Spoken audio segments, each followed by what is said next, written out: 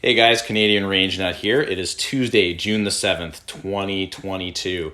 I just wanted to briefly talk about a hearing on gun control in the USA that they recently had a few days ago. Greg Steube was quite vocal with what was happening with what they were trying to do in the States there. He is actually a representative from Florida. I think his last name is pronounced Steube. I could be wrong, but I'm pretty sure that's how you pronounce it. Anyway, so if you're not interested in the American side of the gun control debate, then you might want to log off now. But in my opinion, it does affect Canadians as well, especially this issue. So I'm just going to play it right away. I'm going to pause it throughout and then just talk about what's going on. Buster, expand the court, take away your constitutional rights under the Second Amendment. Well, we just heard that that's exactly what the Democrats want to do here today and in the House in this coming week. On Monday, Biden stated a 9mm bullet blows the lung out of the body, and I quote, "So the idea of these high caliber weapons is of there's simply no rational basis for it in terms of thinking about self-protection." So you can't protect yourself with a 9mm. I guess according to Biden, only a 22 round ammunition would be sufficient. Then the White House walked back that statement and said he supports a ban on the sale of assault weapons, which there's no such thing, and high capacity magazines. High capacity magazines. I'm going to come back to that in a second. Yesterday, Speaker Pelosi, speaking at an anti-gun rally in San Francisco, stated, "We will have a hearing markup on an assault weapon ban. Their plans and their intentions are clear. They want to take away law-abiding citizens' ability to purchase the firearm of their choice, and don't let them fool you that they are not attempting to take away your ability to purchase handguns." Okay, so that's what got my attention. Now, this came up in my YouTube feed, so that's why I thought it would be important for you guys to hear it as well for Canadians. Obviously, people in the US should be paying close attention to this as well. I'm a huge proponent of the Second Amendment. Now, I know a lot of Canadians don't quite look at the Second Amendment as hardcore as a lot of Americans might. But for me personally, ever since the events of 2020, with all the riots that went on and stuff like that, I've told you guys before, I used to be very anti-gun. And then once those riots happened and I saw how, when this call to defund the police came out, if you guys even remember that, because remember the Democrats switched their mind on that. But remember for a few months, they were calling for that defunding of the police. That kind of woke me up to the need for everybody to have a gun for protection. So anyway, I'm very pro Second Amendment. I'm just going to keep playing this now though. And again, the reason I brought it up is because we have the handgun ban, which is starting to be implemented in Canada now. Now, I know it hasn't officially taken place yet, but we can see that that's where it wants to go. And I just want to say, I love this guy's passion. I kind of wish we had more people in Canada who are as passionate as this guy about being a law-abiding firearm owner. So let's just keep listening. They're using the magazine ban to do it.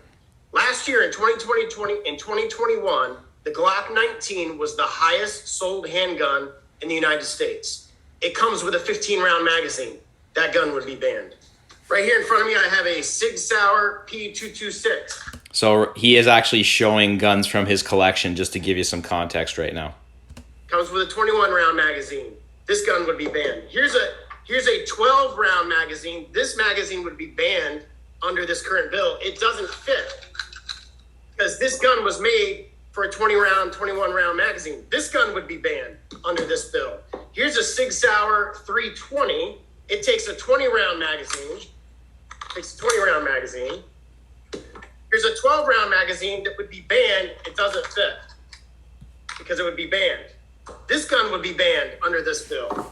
Here's a gun I carry every single day to protect myself, my family, my wife, my home. This is a XL Sig Sauer P365. Comes with a 15-round magazine. Here's a 7-round magazine, which would be less than what would be lawful under this bill if this bill were to become law. It doesn't fit. So this gun would be... So basically what he's showing is how the magazines are not going to be interchangeable. Now, I would assume that the companies would be able to adapt to these rules. I do want to think critically here.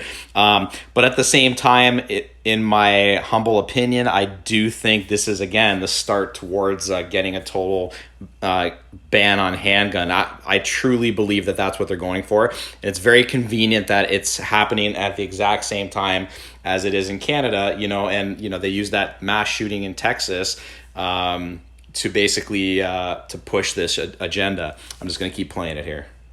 Be banned. I hope the gun is not loaded. I'm at my house. I can do whatever I want with my guns. Here's a point. So that doesn't really make us look good as gun owners. But again, I kind of like his attitude. Like, I'm at my house, I can do what I want. But you can hear the fear in the Democrats' voice, and they've probably never fired a gun in their life. Let's just keep going. That is exactly what the Democrats want to do. Now let's just take the policy objectives that they're trying to accomplish and look at the municipalities that have actually passed it. Maryland, Washington, D.C., Cook County, Illinois, all have some of the strictest gun country laws in the country, including limiting magazines to only 10 rounds. By comparison, in Florida, there are significantly less restrictions and no limits on magazine size in the state of Florida. Would the gentleman yield for a question? Are these laws effective? Would the Let's gentleman look at yield the for a homicide question? rates in major cities and anti-gun jurisdictions that have magazine bans. Would the gentleman and yield for a compare them to question? the state of Florida, where we have freedom and the ability to carry whatever firearm we want. Can I just say, this is like typical leftist Democrat / liberal style, always trying to interrupt and get in what they have to say first. He's gonna tell them off right now. Jacksonville, the gentleman yield for a question? largest city by area in the state, in my state. Would the gentleman yield for a question?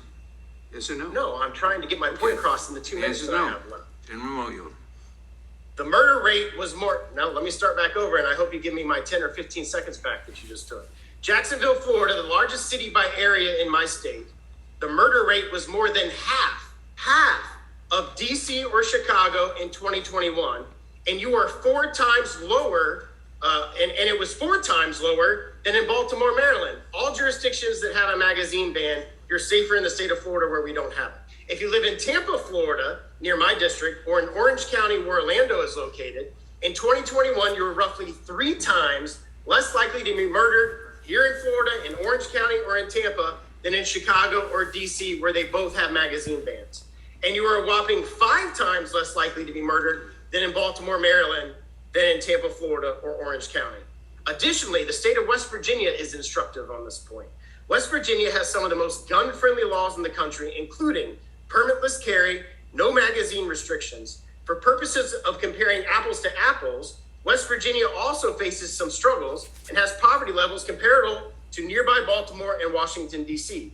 Yet someone is 9 times less likely to be murdered in West Virginia than in Baltimore, and approximately 5 times less than in DC, according to the most recent numbers in those jurisdictions. And I remember talking about this in one of my earlier videos, how many of the Democratic, the blue states in the U.S.